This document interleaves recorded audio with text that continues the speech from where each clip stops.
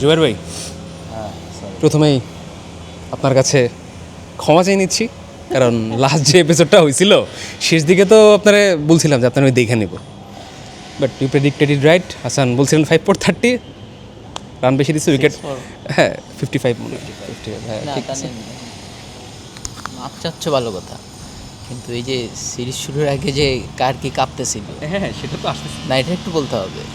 সেটা তো আসতেছে, ওই যেখান থেকে আলোচনাটা আসছিল অস্ট্রেলিয়া ব্যাটিং নিয়ে হোয়াট এভার টিম নিয়ে। যাক, আপনার দুইটা প্রেডিকশন রাইট, যে বলছিলেন যে মানে স্পাইসি উইকেট হবে 200 বাংলাদেশ, হাসান 5/30, বোলাররা মিলে খেলে দিবে, স্মিথ ছাড়া কেউ নাই পারফর্ম করা।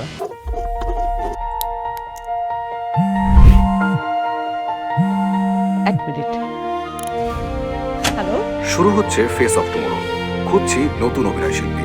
আলটিমেটলি এটাই হয়েছে, একটা টেস্ট যদি আমরা জিতে যাই, ইভেনচুয়ালি জিতে গেছি, ডমিনেট করেই জিতছি, তো এই জন্য ঠিক আছে, আপনি একটা অ্যাপোলজি ডিজার্ভ করেন। Thank you. কি কমু, আই এম সরি না, উই আর সরি, ঠিক আছে, উই আরই বলবো পাই পাতার মানুষ। হোল এটা হচ্ছে যে প্রথমে এই যে বিশ্বাস করানো, তারপর সিরিজ শুরুর আগে যে এই যে ডরে শরীর কাঁপতেছে, হ্যাঁ। ভয়ে কি হচ্ছে না হচ্ছে, ট্রাভিস হেডকে দেখেই অনেক কিছু হয়ে যাচ্ছে। এরপরে এখন হয়ে গেছে, এখন তো সে ভাব নিবেই। সেটা ঠিক আছে, এখন আমি আসলে মাঝখানে পড়ে গেছি, পডকাস্টের মধ্যে মাঝখানে বসে আছি। তো বলেন, আপনার রিভিউ দেন, এই আপনার যে প্রেডিকশন মিললো, হাউ ডু ইউ ফিল আসলে, মানে বাংলাদেশ জিতছে রাদার দেন আপনার প্রেডিকশন মিলছে, ওইটাতে বেশি খুশি লাগতেছে? না মানে এটা তো আমরা তো আর কি হাইপোথেটিক্যালি একটা সিচুয়েশন নিয়ে কথা বলতেছিলাম, যদি এটা হয় Right, দেন right. যদি আমাদের সবচেয়ে বড় যদি ছিল হচ্ছে ব্যাটিং নিয়ে, যদি ব্যাটিংটা ক্লিক করে হ্যাঁ। সেটা হয়ে যাইতো। কাজ আমার বিশ্বাস ছিল যে কেউ না কেউ ওই 5/30 হোক আর যেটাই হোক, হাসানের 6/55 কাছাকাছি লেভেলের কিছু না কিছু একজন করতোই। সেটা নাহিদ রানা না থাকার পরেও আমার ওই ইয়া ছিল যে কেউ না কেউ এটা করবে। সেটা মানে হাসানই করতে পারছে, বিকজ হাসান মানে বেশ শেপে আছে। আমি যতটুকু ক্লোজলি ফলো করার কারণেই প্রেডিক্ট করতে পারছি যে হ্যাঁ হি ইজ মানে বেশ শেপে আছে ক্যারিয়ারের। কাউন্টি খেলে আসছে, সব জায়গায় খেলতেছে, প্রফেশনালিজমের টেস্টটা অলরেডি পাইছে। He knows how to adapt with different condition. সে যখন আমাদের যখন মানে বাংলাদেশ যখন CA-11-এর সাথে বাজেভাবে হারলো ইনিংসে, ওখান থেকে ওই ম্যাচ শেষেও তার সাথে আমার যখন কথা হইতেছিল, আমি জিজ্ঞেস করছিলাম, খুবই প্র্যাকটিক্যাল কোয়েশ্চেন জিজ্ঞেস করছিলাম, কোনটা রাইট লেন্থ মনে হয়েছে। আমি জানি যে ও ওই রাইট লেনটাই খোঁজার চেষ্টা করবে ওইখানে যায় সবার আগে। সো সে বলছিল যে যদি নতুন বল থাকে এটা 4-5, আর যদি একটু পুরনো হয় তাহলে 5-6। And he did the same thing in test ম্যাচে পুরা ফার্স্ট ইনিংস সেকেন্ড ইনিংস নতুন বলেও সেম ওই জিনিসটাই হিট করছে এবং সাকসেসফুল ছিলেন। আর পরেও যখন ওইটা করছে, সবার সবচেয়ে বেশি মানে সাকসেসফুল বলার মনে হয়েছে, মানে আলাদা মনে হয়েছে বাংলাদেশি বলারদের থেকে তাকেই। সো ওইটা ছিল একেবারে গেস, মানে বেস্ট গেস আর কি, যে হাসানই সবচেয়ে ভালো করবে, যেহেতু হাসান নাহিদ রানা খানা নাই। সো ওইটা ঠিক আছে। আর যে সবচেয়ে বড় প্লাস পয়েন্ট ছিল হচ্ছে যে আমাদের কনসার্ন যেটা সবসময় থাকে ব্যাটিং।